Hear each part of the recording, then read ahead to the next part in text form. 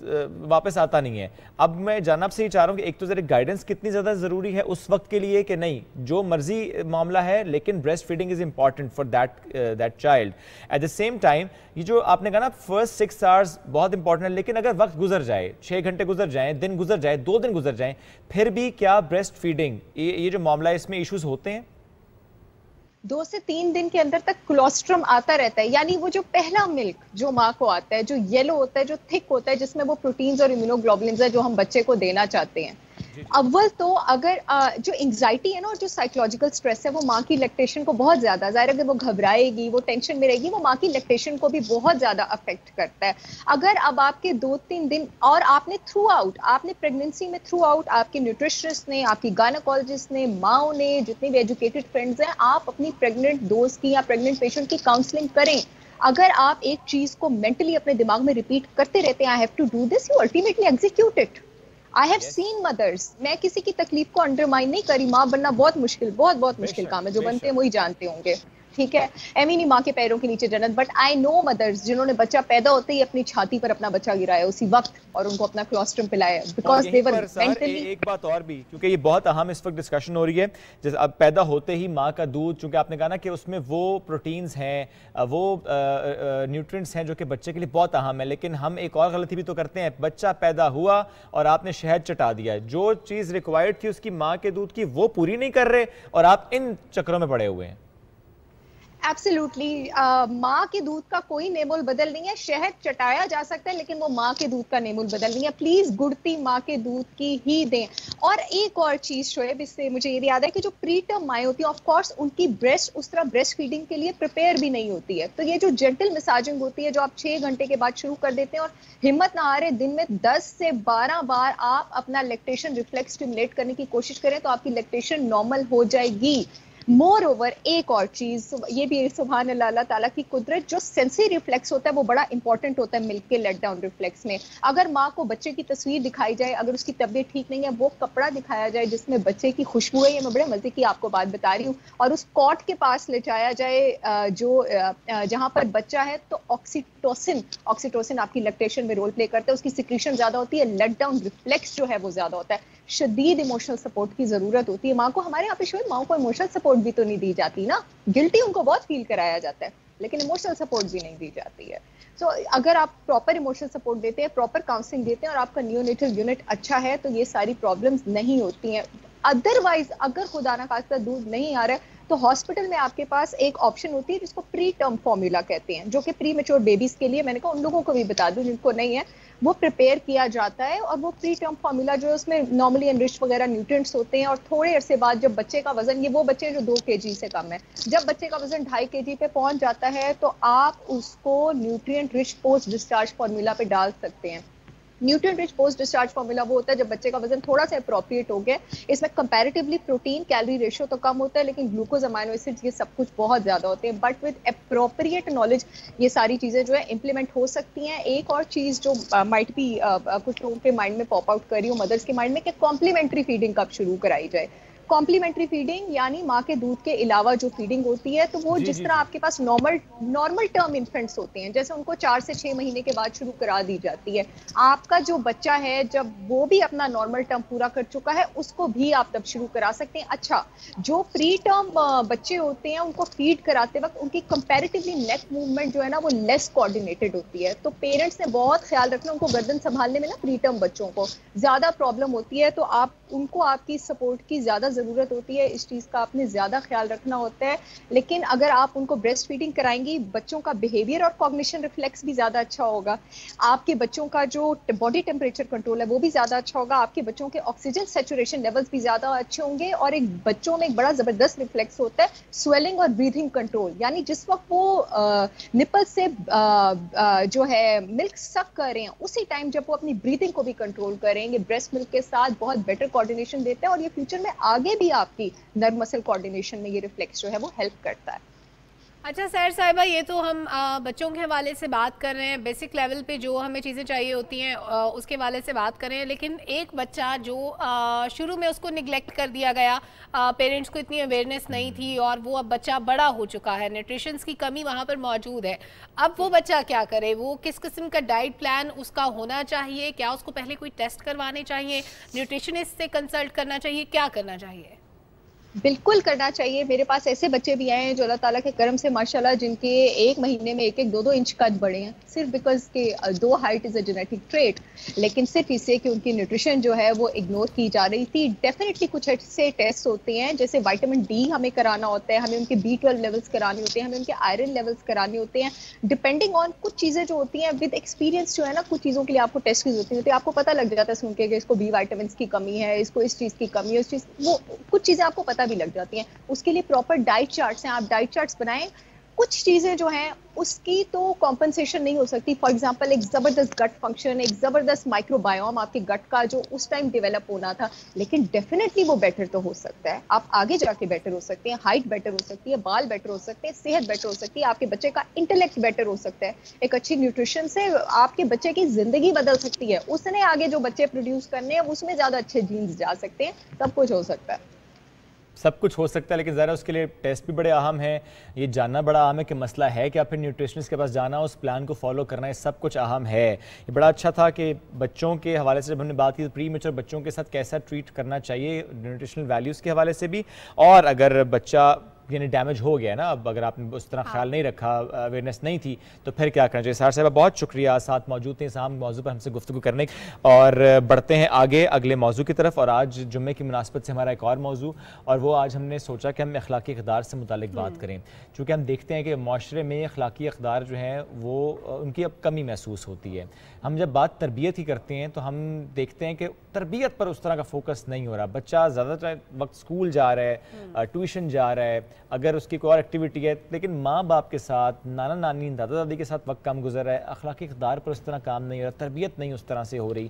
یا for that matter وہ خاندان جہاں پر ہم دیکھتے ہیں کہ بچہ ماں باپ پال ہی نہیں رہے، ماں باپ تو آفس جا رہے ہیں، بچہ تو کوئی اور ہی پال رہا ہے. تو ایسے میں بچے میں یہ اقدار کیسے آئیں گے؟ اور یہ بڑا ایک ٹرینڈ چل پڑا ہے شعیب کہ گھر میں ایک میڈ رکھ لی جاتی ہے جو کہ بچوں کے ساتھ سارا دن سپینڈ کرتی ہے. ماں باپ دونوں جو ہیں وہ ورکنگ ویمن اور ورکنگ مین ہوتے ہیں. تو اس سے کیا ہوتا ہے کہ بچہ اگر سارا دن میڈ کے ساتھ گزار رہا ہے، اسے پتہ ہی نہیں ہے بڑوں کو سلام کیسے کرنا ہے، اسے پتہ ہی نہیں ہے کہ بڑوں کے ساتھ بات کیسے کرنی ہے، اسے یہی نہیں پتا کہ دوسرے لوگوں کے ساتھ ڈیل کیسے کرنا ہے. کسی سے ملنا ہے تو سلام کرنا ہے، کسی سے ہنس کے بات کرنی ہے، کوئی آپ سے بات کرے گا اچھے سے جواب دینا ہے.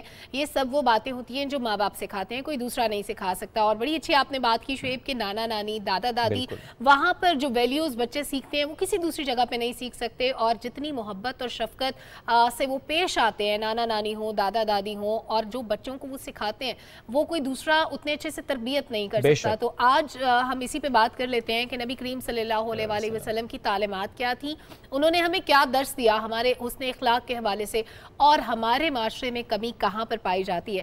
تو بات کرنے کے لیے ہمارے معزز مہمان اسٹوڈیو میں ہمیں جوائن کر چکے ہیں. مذہبی اسکالر ہیں مفتی عمران سندھو صاحب. مفتی صاحب بہت شکریہ آج آپ صبح پاکستان کے مہمان بنے. کیسے ہیں آپ؟ السلام علیکم ورحمۃ اللہ وبرکاتہ. آپ کیسے ہیں؟ الحمدللہ سر بالکل ٹھیک ٹھاک. سر ہم آج ذرا بات کرنا چاہ رہے ہیں کہ بچوں کو حسن اخلاق سکھانے کے شرعی احکامات کیا ہیں؟ نحمدہ ونصلی ونسلم علی رسولہ الکریم. بسم اللہ الرحمن الرحیم. دیکھیے یہ تو ایک مجھے حضرت انس بن مالک رضی اللہ تعالیٰ عنہ کی ایک حدیث یاد آ گئی اس موقع پہ کہ جب وہ فرماتے ہیں کہ میں بالکل بچپن میں رسول اللہ صلی اللہ علیہ وسلم کے پاس جب رہا اور جب تک بالغ نہیں ہو گیا تو ان کے ساتھ ہی رہا. تو ان کو وہ کہتے ہیں کہ مجھے ایک دفعہ بھی نہیں یاد کہ مجھے انہوں نے کبھی ڈانٹا ہو، چہ جائے کہ مجھے کبھی ہاتھ بھی لگایا ہو.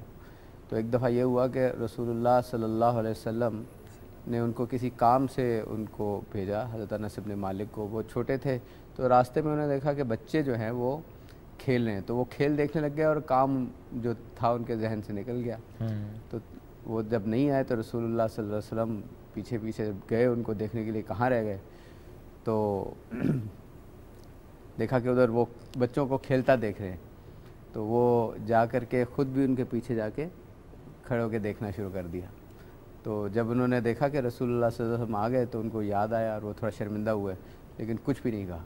کہتے میری یعنی رسول اللہ صلی اللہ علیہ وسلم کے اخلاق ایسے زبردست تھے اور بچوں کی تربیت کا ایسا زبردست طریقہ کار تھا کہ کوئی بھی عام آدمی ہوتا تو اس بات پہ ڈانٹ دینا، لیکن رسول اللہ صلی اللہ علیہ وسلم نے اصلاح ایسے طریقے سے بچوں کی کی، یہاں تک کہ نماز میں ان کی چھوٹی بچی جو تھی وہ آ جاتی تھی اور رسول اللہ صلی اللہ علیہ وسلم ڈانٹتے نہیں تھے بلکہ سجدہ بھی لمبا کر دیا کرتے تھے.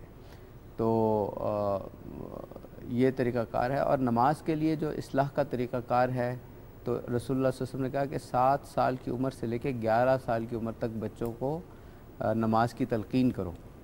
یعنی نماز کی تلقین کا مطلب یہ ہے کہ صرف اس کو زبانی کہو، اس کے اوپر سختی بالکل بھی نہ کرو.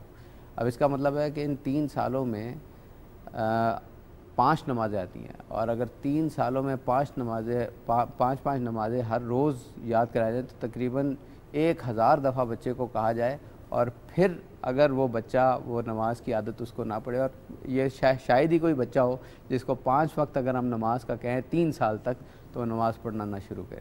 تو اسلام میں جو سب سے اہم اور مہم طریقہ کار ہے بچوں کی اصلاح کا وہ نرمی سے ہے، محبت سے ہے، پیار سے ہے، نہ کہ مار سے ہے.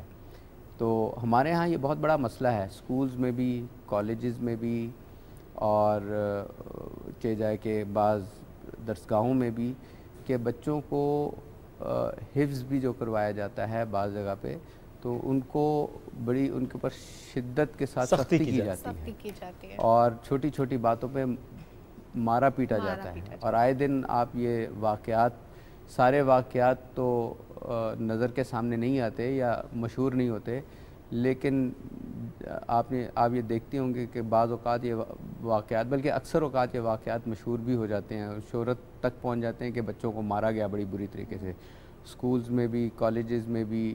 تو یہ طریقہ کار اسلام کا نہیں ہے. اسلام کا طریقہ کار اچھے اخلاق سکھانے کا یہ ہے، اور رسول اللہ صلی اللہ علیہ وسلم کی سنت بھی ہے کہ اچھے اخلاق سے ہی سکھائے جائیں، برے اخلاق سے نہ سکھائے جائیں. مفتی صاحب ہم دیکھتے تھے کبھی جب ہم اسکول جاتے تھے تو باہر لکھا ہوتا تھا مار نہیں پیار، اور ٹیچر نے ایک ڈنڈا اپنے ڈیسک میں چھپایا ہوتا تھا. لڑکوں کو مارنے کی، گرلز کو مارنی پڑتی تھی، لیکن مارنا بہرحال غلط طریقہ ہے.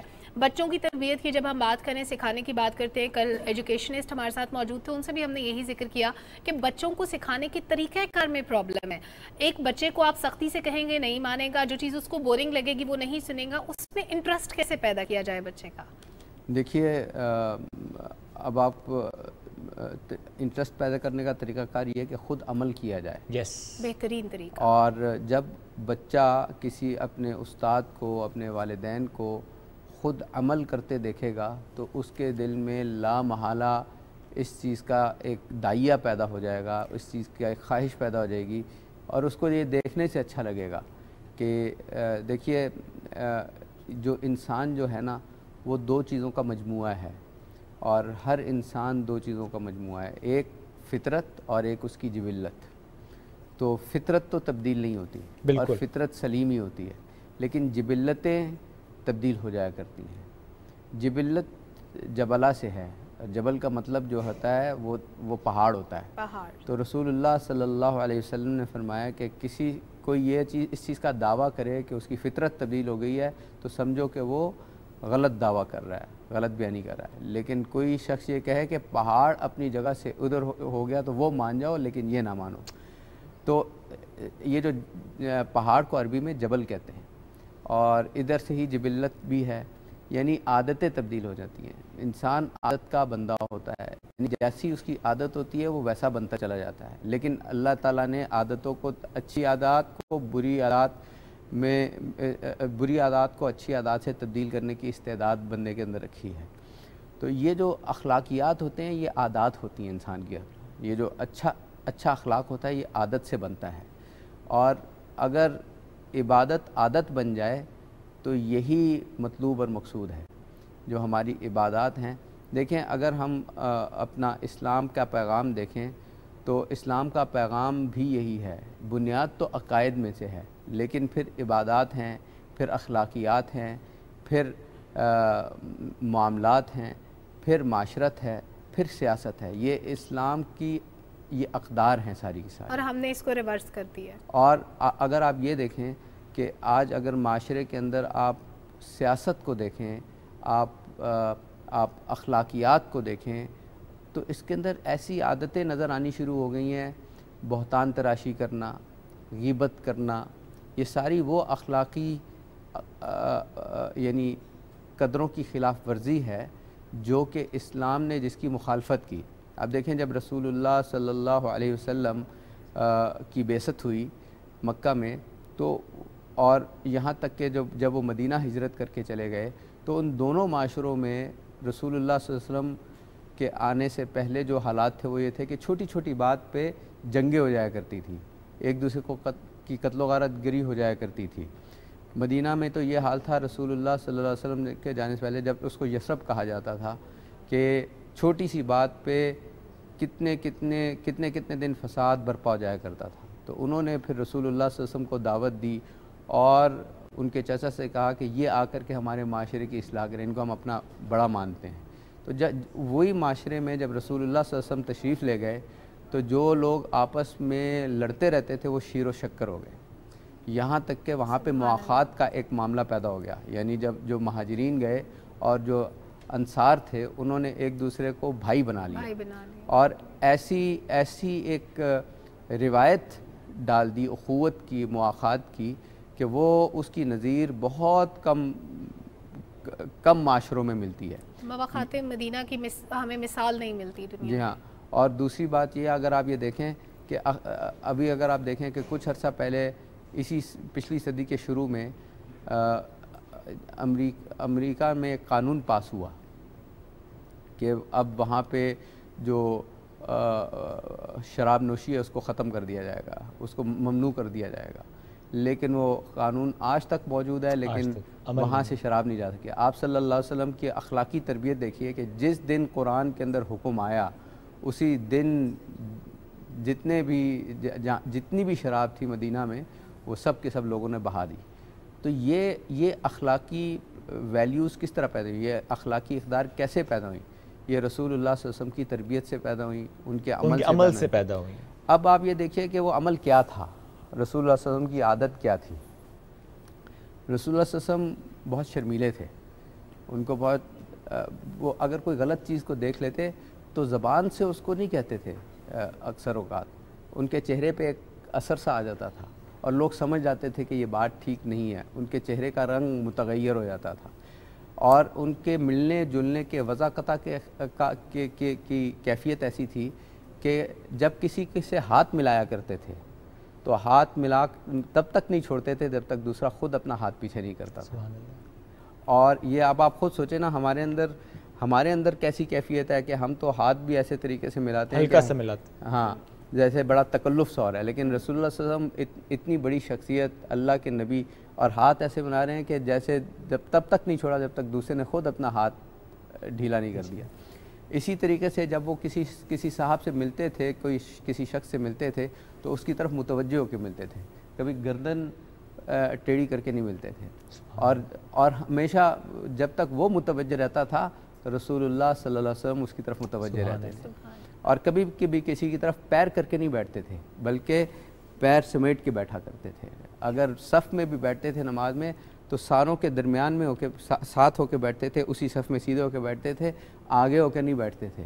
یہ رسول اللہ صلی اللہ علیہ وسلم کے اخلاقیات تھے۔ یعنی آپ یہ دیکھیے، اور ان کی چال کے اندر جیسی تواضع تھی، نہ ایسے لگتا تھا کہ بہت اکڑ کے چل رہے ہیں اور نہ بہت جھک کے چل رہے ہیں، بالکل ایک معتدل چال، رسول متوازن چال ہوا کرتی تھی۔ تو ان کی چال ڈھال سے لے کر کے، وضاقتہ سے لے کر کے، اور سلام میں ہمیشہ پہل کر دیا کرتے تھے، یہاں تک کہ کسی کو موقع نہیں دیتے تھے کہ وہ پہلے سلام کر لے۔ تو یہ بھی رسول اللہ صلی اللہ علیہ وسلم کی سنت ہے۔ سبحان اللہ۔ یعنی بنیادی بات اتنی سی کہ اپنے عمل سے وہ تربیت کرتے چلے گئے معاشرہ۔ آج ہم اس سے کتنا دور ہوتے چلے جا رہے ہیں، اپنے اقدار سے دور اس لیے ہو رہے ہیں چونکہ ہم نے قرآن اور حدیث کو پڑھنا سمجھنا چھوڑا ہوا ہے. ہم جب ایگزامپلس کی بات کرتے ہیں تو ہم ان ایگزامپلس کو کوٹ ہی نہیں کر رہے جو کہ ہماری اپنی پیاری ایگزامپلز ہیں. جب بھی کوئی مسئلہ ہو, کوئی مشکل ہو, ہمیں تو یہ سوچنا چاہیے کہ اگر یہ مسئلہ, یہ مشکل یا ایسے حالات اس وقت ہوتے یا تھے تو کیسا عمل حضور صلی اللہ علیہ وآلہ وسلم کا تھا. وہ سوچیں گے, ویسے عمل کریں گے تو مسئلے حل ہو جائیں گے. مفتی صاحب بہت شکریہ, ساتھ موجود تھے آج کے سام موضوع پر. صبح پاکستان کے مہمان بنے. ایک چھوٹی سی بریک کی طرف بڑھنا ہے ناظرین, واپس آتے ہیں, ساتھ رہیے.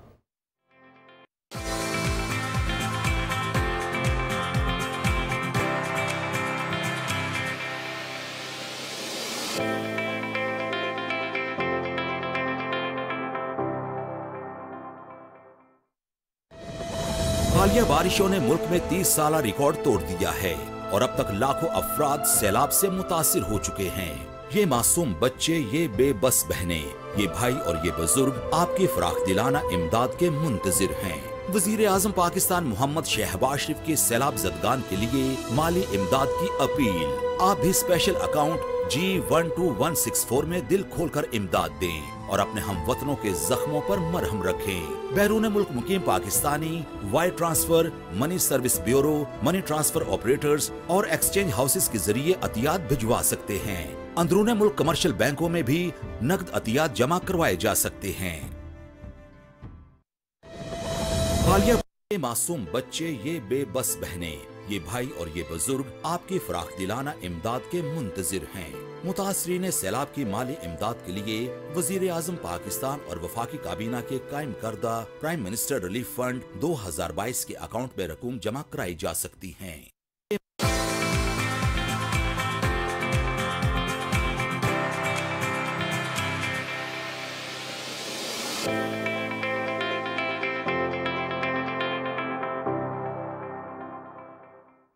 Welcome back. بریک سے پہلے ناظرین ہم بات کر رہے تھے بچوں کو حسن اخلاق کیسے سکھائیں, لیکن بچوں کو سکھانے کے لیے بہت کچھ ہے جو ہم نہیں سکھا پاتے.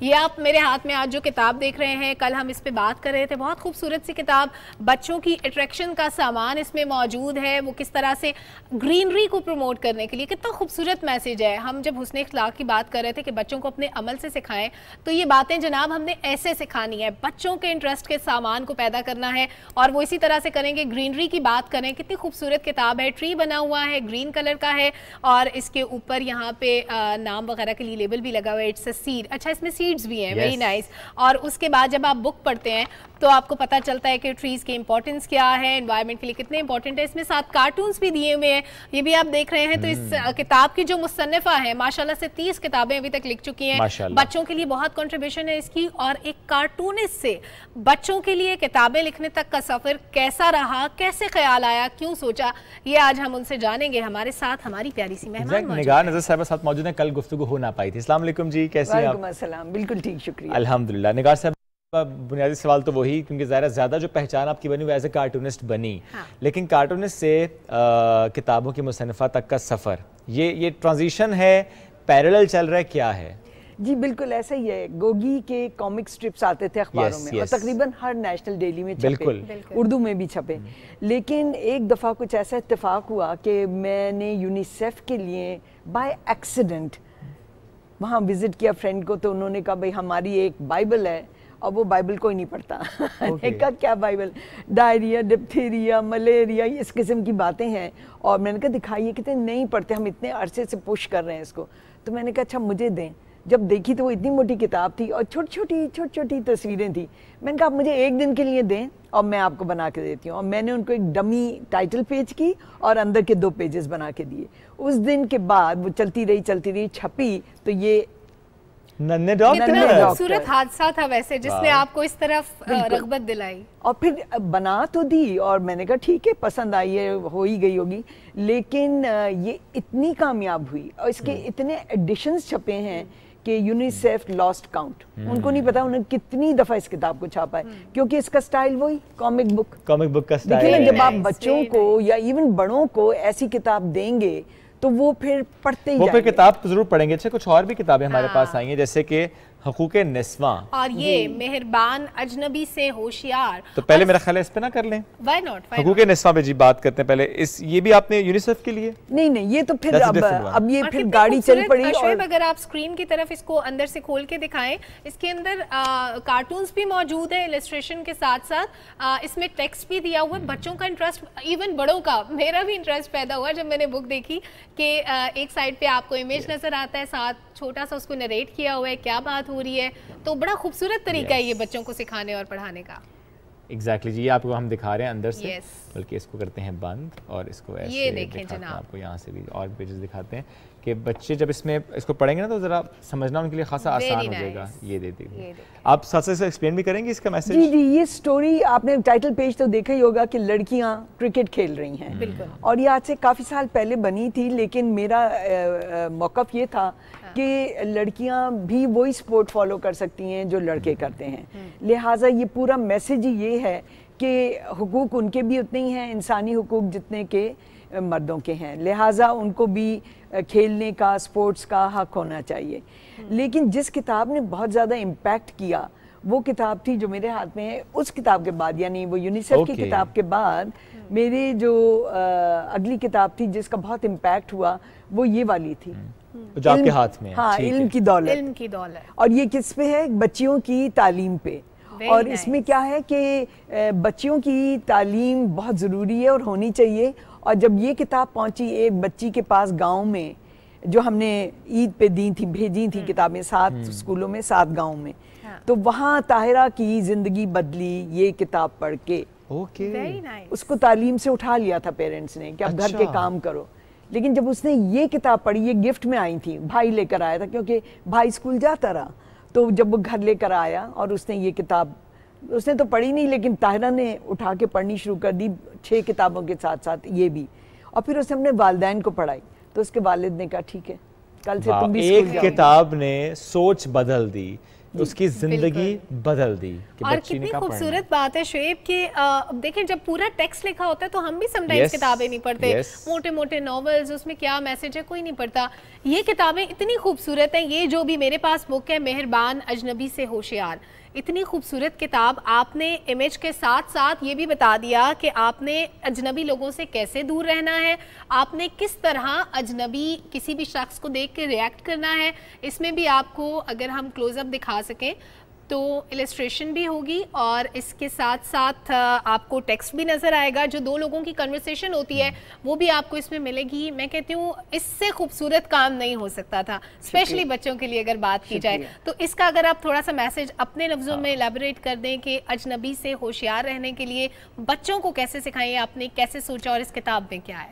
یہ کہانی ایکچولی بنی تھی انتہا پسندی پہ, جبکہ ٹیررسٹ بچوں کو ریکروٹ کر کے تو ان سے خودکشی کراتے تھے, خودکش حملے. تو یہ کہانی پہ مجھے زیادہ محنت نہیں کرنی پڑی کیونکہ یہ ہمارے دائیں بائیں یہ کہانیاں چل رہی ہیں. تو میں نے تو ایک حقیقی کہانی لے کر اس میں تھوڑا بہت چینج کر کے یہ کہانی بنائی کہ جس طرح وہ ایک چاچا جی بن جاتے ہیں جو کرکٹ آ کے بچوں کی دیکھتے ہیں, آہستہ آہستہ دوستی کر کے کہتے ہیں نہیں میری مسجد میں نماز پڑھنے چلو, تو وہ وہاں جاتے ہیں. تو وہاں پھر وہ اس ایک بچے کو جس کا باپ نہیں تھا اس کو اپنی تحویل میں لے کر اور اپنے اس مدرسے میں لے جا کر اور اس کے والدین کو پیسے مہینے کے دے کر تو اس کو برین واش کرنے لگتے ہیں. اور پھر اس کو ایک دم ریئلائز ہوتا ہے کہ اس نے مجھے یہ تھیلا دیا ہے کہ یہ جا کر لڑکیوں کے اسکول میں رکھا اور وہ پھٹے گا اور جو آگے ہوگا. تو یہ وہ کہانی تھی جس کے لیے مجھے میرے بہن بھائیوں نے کہا تھا بھائی یہ مت بناؤ طالبان پہ, وہ تمہارا قیمہ بنا دیں گے. میں نے کہا میرا نام نہیں ہے, گوگی کا صرف یہاں کونے میں سٹیمپ ہے, اگر وہ اتنی تفتیش کر سکے تو شاید ڈھونڈ کے مجھے پکڑ لیں. لیکن یہ کہانی بھی بہت مؤثر تھی بچوں کو صحیح اور غلط کا راستہ دکھانے میں, سمجھانے کے لیے. اور جن حالات میں آپ نے لکھی اس وقت اس کی بہت زیادہ ضرورت تھی کہ میسج دینا بھی ہے اور بڑے اچھے سے انداز میں دینا ہے کہ وہ جائے میسج. ایک اور کتاب ہے میرے پاس, بچوں سے آئی تھنک ہم بڑوں بچوں کی طرف جا رہے ہیں, بڑے بچوں کی طرف, because this is about job search and interview guide. اور یہ آپ نے کب لکھی؟ یہ ایکچولی یونیورسٹی آف اورگن میں جب میں گئی تھی اپنے اسکالرشپ پہ پروفیشنل اپ گریڈنگ کی فل برائٹ اسکالرشپ پہ. تو وہاں ایک ایڈورٹیزمنٹ میں نے ایسی میری نظر سے گزرا کہ ان کو ایک السٹریٹر چاہیے تھا. اچھا. تو اور اوپن کمپٹیشن تھا یونیورسٹی میں, تو میں نے بھی کہا چلو میں اپلائی کر دیتی ہوں. السٹریشنز میں بناتی ہوں, کارٹونز بناتی ہوں. تو اس میں پروفیشنلز کے لیے اوپن تھا, اسٹوڈنٹس کے لیے اوپن تھا, آؤٹ سائڈ یونیورسٹی کے لیے اوپن تھا. لیکن میرے لیے یہ بڑی آنر کی بات تھی کہ انہوں نے ساروں کو چھوڑ کے میرا کام دیکھ کے مجھے بلایا. واو. تو میں نے کہا کہ یہ تو میں ضرور کروں گی, اور اس میں میں نے ٹھپا گوگی کا لگا دیا. آپ نے دیکھا ہوگا اس میں بھی گوگی ہے, ٹائٹل پیج پہ بھی گوگی, ذرا امریکن کپڑوں میں لیکن سکارف پہ اس کے ڈاٹس ہیں, گوگی ذرا ماڈرن سٹائل میں نا وہاں کے مطابق. تو یہ کتاب اتنی زیادہ چھپی تھی. اور اس کے بعد جب دوسری کتاب اس کی تھی وہ تھی resume, writing a resume and cover letter. تو میں تو پاکستان واپس آ چکی تھی اپنا وہ کر کے پورا, لیکن میرے پاس یہاں کانٹریکٹ آ گیا تھا کہ آپ کی پہلی کتاب بہت مقبول ہوئی ہے, یہ بھی آپ کریں گی. تو ظاہر ٹیکسٹ تو ان کا تھا کیونکہ ریسرچ ان کی تھی, اور میرے السٹریشنز تھے جو اس میں ذرا رنگینی پیدا کر دیتے ہیں. اچھا, آپ کی ہر کتاب میں ایک مکمل موضوع ہے, ایک مکمل میسج ہے, اور پھر اس کو اتنی خوبصورتی سے پریزنٹ کیا گیا کہ میں تو فین ہو گئی ہوں. میں تو چاہتی ہوں کہ یہ کورس بک کے ساتھ ساتھ بچوں کو پڑھانی چاہیے تاکہ وہ انٹرسٹ کے ساتھ اس کو سیکھیں. پڑھائی بھی جا رہی ہیں جی, کچھ سکولز پڑھا رہے ہیں. جی میں نے تو بہت بانٹی ہیں یہ. پچھلی 14 اگست سے اس 14 اگست تک 92,000 بچوں کو امپیکٹ کیا ہے ہم نے. 92,000 بچے ایک سال کے اندر. اور آپ کو پتا ہے یہ ٹاٹ school, welfare school, garage schools اور یتیم خانے, اور اب تک ہم کر رہے ہیں. ابھی لیٹسٹ جو میرا کام ہو رہا ہے ایک ہسپتال کے لیے ہو رہا ہے جو کہ تھیلیسیمیا کے بچوں کے لیے انٹرونشن کا ہے, اور وہاں ہم نے کہا کہ بچے سارا دن سوئی ان کی لگی ہوتی ہے اور خون جا رہا ہوتا ہے, تو وہ کیا کریں بیٹھے بیٹھے. تو میں نے یہ کتابیں بھجوائی ہیں وہاں. میں نے کہا جی یہ کتابیں لیں اور پڑھیں. تو میں یہ کتابیں بہت زیادہ, اور اس سارے کام کی ایکنالجمنٹ بھی ہو رہی ہے. آپ کو ایوارڈ کے لیے بھی نامزد کیا گیا, اس بارے میں بھی تھوڑا سا ہمارے ویئرز کو بتائیں. بس جی مجھے کہا گیا کہ آپ کو کوئی ایوارڈ ملا یا نہیں ملا. میں نے کہا نہیں. تو انہوں نے کہا کہ آپ اپنا سی وی دیں. تو وہ سی وی 26 صفحوں پہ مشتمل تھا, اور اس میں یہی تھا کہ کہاں کہاں کام کیا, کس طرح کا کام کیا, انٹرنیشنلی بھی کیا اور اپنے ملک میں تو کیا ہی. تو پھر مجھے بتایا گیا, فون آیا کہ جی آپ کو تو تمغہ امتیاز ماشاءاللہ ہے, تو تمغہ امتیاز کے لیے نامزد کیا گیا ہے جی نگار نظر صاحبہ کو. بہت خوشی کی بات ہے یہ, ظاہر ہے ان کا کام ہے, اس کی اب اپریسیشن بھی بنتی ہے اور اس لیول پر بنتی ہے. تو 23 مارچ کو انشاءاللہ آپ کو تمغہ امتیاز سے نوازا جائے گا. اور میں آپ کو بڑے عقیدے وہ سے اعتماد سے یہ بھی کہہ سکتی ہوں کہ کل بھی میرے پاس ایک ای میل آیا ہے جس میں اسپین کی سب سے پرانی یونیورسٹی ہے, ان کا ایک ہے ڈپارٹمنٹ آف ہیومر. ہمارے یہاں بھی ہونا چاہیے ڈپارٹمنٹ آف ہیومر. ہمارا ہیومر تو بہت ہے پر ڈپارٹمنٹ نہیں ہے. بہرحال انہوں نے مجھے نامینیٹ کیا ہے کازا دا ایشیا کے ایوارڈ کے لیے, یعنی کہ ایشیا کی آرٹسٹ کے ایوارڈ کے لیے. کازا دا ایشیا ابھی نامینیشن ہوا ہے, بلایا ہے, لیکن nomination itself is an honor. Award ہے, ظاہر ہے پاکستان کا نام روشن ہوگا. Even nomination itself is an honor for us. بالکل, اس میں کوئی شک نہیں. اچھا, اب آن لائن کسی نے کتاب حاصل کرنی ہو یہ تو پھر کیا طریقہ ہے؟ جی وہ ایک ایڈریس ہے جی, work.gogistudios@gmail.com. ٹھیک ہے, work.gogistudios@gmail. یہ فیس بک پہ بھی اور فیس بک پہ بھی ہے گوگی اسٹوڈیوز, لیکن جو فعال لوگ ہیں ہم ان سے پیسے لیتے ہیں, اور جو یتیم خانے اور اس طرح کے جو وہاں ہم پرووائڈ کرتے ہیں. اچھا, یہ تو آن لائن آپ نے بتا دیا پلیٹ فارم, کسی کو بک خریدنی ہے کہاں سے ملے گی, کس بک سٹور سے ملے گی؟ بک سٹور ویسے تو مسٹر بکس میں ہے, لیکن ہمیں یہ زیادہ مؤثر طریقہ لگا اس طرح سے کہ ہمیں وہ لکھ دیتے ہیں یہ ایڈریس ہے, یہ نام ہے, یہ بکس چاہیے, اردو میں, انگلش میں یا پشتو میں. پشتو میں بھی ہے, پشتو میں بھی ہے. یہ جو یہ والی سٹیمپ والی کتابیں نا یہ پشتو میں بھی ہیں. اب تو تھوڑی رہ گئی ہیں, لیکن یہ ہم نے اردو اور انگلش میں رکھی ہیں, اور اردو میں ہم زیادہ فروغ دینا چاہ رہے ہیں. ایون ٹری بک کو ہم سمجھتے ہیں اردو میں ہونا چاہیے.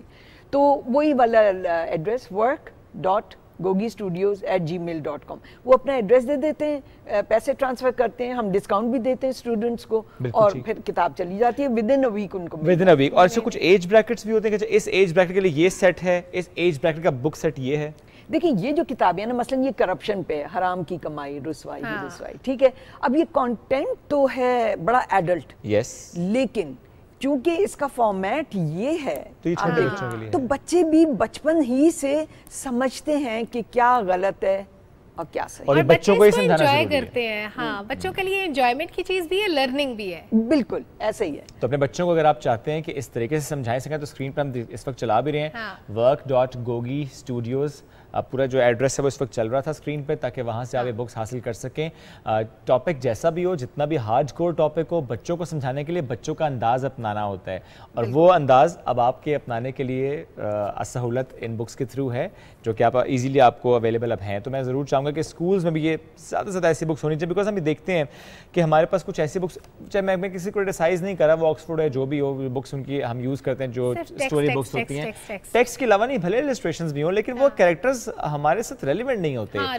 وہ جی نام کیٹ اینڈ جولیٹ, آئی مین مجھے ناموں سے کوئی اعتراض نہیں ہے. چھوٹے تھے جو انگلش والی بک پڑھتے تھے, پاشا کا نام ہوتا تھا, پاشا از اے ٹال بوائے. اور اب دیکھیں یہ اب گوگی نا ریلیونس لگتی ہے, اپنی اپنی سی لگتی ہے نا, لیکن وہاں پہ ہمیں کریکٹرز دوسرے نظر آتے ہیں. تو یہ بڑا اہم ہے نگار صاحبہ کہ اسکولز میں یہ نہیں کہہ رہا کہ صرف انہی کی کتابیں, اور اگر کام ہو رہا تو آپ ان کی کتابیں بھی لگوائیں, لیکن ریلیونس پاکستان کی ڈائنامکس ہی ہونی چاہیے. اور ایک چیز اور میں اگر ایڈ کر سکوں, دیکھیے ایک تو ہوتی ہے نا کتاب, اب آج کل بچے تو صرف یہ کرتے ہیں, ٹھیک ہے, لیکن کتاب میں نے ایک چیز اور ایڈ کر دی ہے. اس وقت یہاں کوڑے کا جن نہیں ہے, ورنہ کوڑے کے جن میں اور ایون ٹری بک میں 4 پیجز ایسے ہیں جو کہ انٹریکٹیو ہیں. آپ ایک درخت کا پہلا پتا ادھر لگا دیجئے, آپ یہاں درخت کے ساتھ تصویر کھڑے ہو کے کھچوا کے یہاں لگا دیجئے, آپ تھوڑی ریسرچ کریں اور بتائیں اس کا پھول کیسا ہے. یہ تو ہو گئی ساری انٹریکٹیو. اینڈ میں اس کے جو کوڑے کا جن ہے اس میں ہم نے ایک بورڈ گیم بنایا ہے, یعنی کہ کتاب اینڈ کہانی ختم ہوتی ہے تو بورڈ گیم نکل آتا ہے, اور پورا بورڈ گیم اتنا کھل جاتا ہے. اور جیسے لوڈو کھیلتے ہیں, جیسے اسنیکس اینڈ لیڈرز کھیلتے ہیں آپ, وہ کیا سیڑھی والی, تو اس میں وہ بچے کھیلتے ہیں, اور ماحولیات کے بارے میں 33 میسیجز ڈوز اینڈ ڈونٹس کے ملتے ہیں. تو بچوں کو اور کیا چاہیے, کھیلنا ہے, پوری زندگی کی لرننگ ہے اس میں. ایک کھیل میں, ایک کتاب پڑھنے میں اور آخر میں کھیلنے سے پوری زندگی کی لرننگ ہے. کوڑے کا جن ہم نے کچھ دیر پہلے ویژول دکھایا بھی, کل وہ کتاب تھی, ابھی اس وقت نہیں, بس ہم نے دکھایا بھی. اس میں ایک کلرز بھی کرنے ہوتے ہیں اس میں ہر پیج میں, تو بچہ ویسے بھی کلرنگ سے بڑا اٹریکٹ ہوتا ہے, وہ چاہتا بھی کہ کتاب ایسی ہو, السٹریشنز اپنی جگہ بٹ تھوڑی کلرنگ بھی کر رہا ہو. تو اس کا کور پیج بھی ہم آپ کو دکھا رہے ہیں, کوڑے کا جن, جس کے اینڈ پر یہ میسج ہے کہ کتنے خوبصورت میسج کے ساتھ بچہ پھر آگے بڑھتا ہے کہ اچھا ہمیں کیسے. اور اس میں ایکٹیویٹیز بھی دی ہیں. اچھا نگار صاحبہ, ڈیفرنٹ لینگویجز میں آپ نے ان کتابوں کو بچوں کے لیے پرووائڈ کر رکھا ہے. کیا تمام کتابیں دوسری لینگویج میں موجود ہیں, یا جو اردو میں ہے وہ انگلش میں نہیں ملے گی, ڈیفرنٹ ہیں یہ سب, یہ تھوڑا سا کلیئر کر دیں. اردو اور انگلش والی یہ ہیں آگہی کامک بکس, جو کہ 7 کتابوں پر مشتمل ایک سیٹ ہے. یہ اردو میں بھی انگلش میں, یہ اردو میں بھی ہیں, انگلش میں بھی ہیں. لیکن مجھے یاد آ رہا ہے اب کہ میں نے سعودی عربیہ کی ایک خاتون تھی جن کو پتہ لگا میں پاکستان سے ہوں اور ایک کارٹونسٹ ہوں.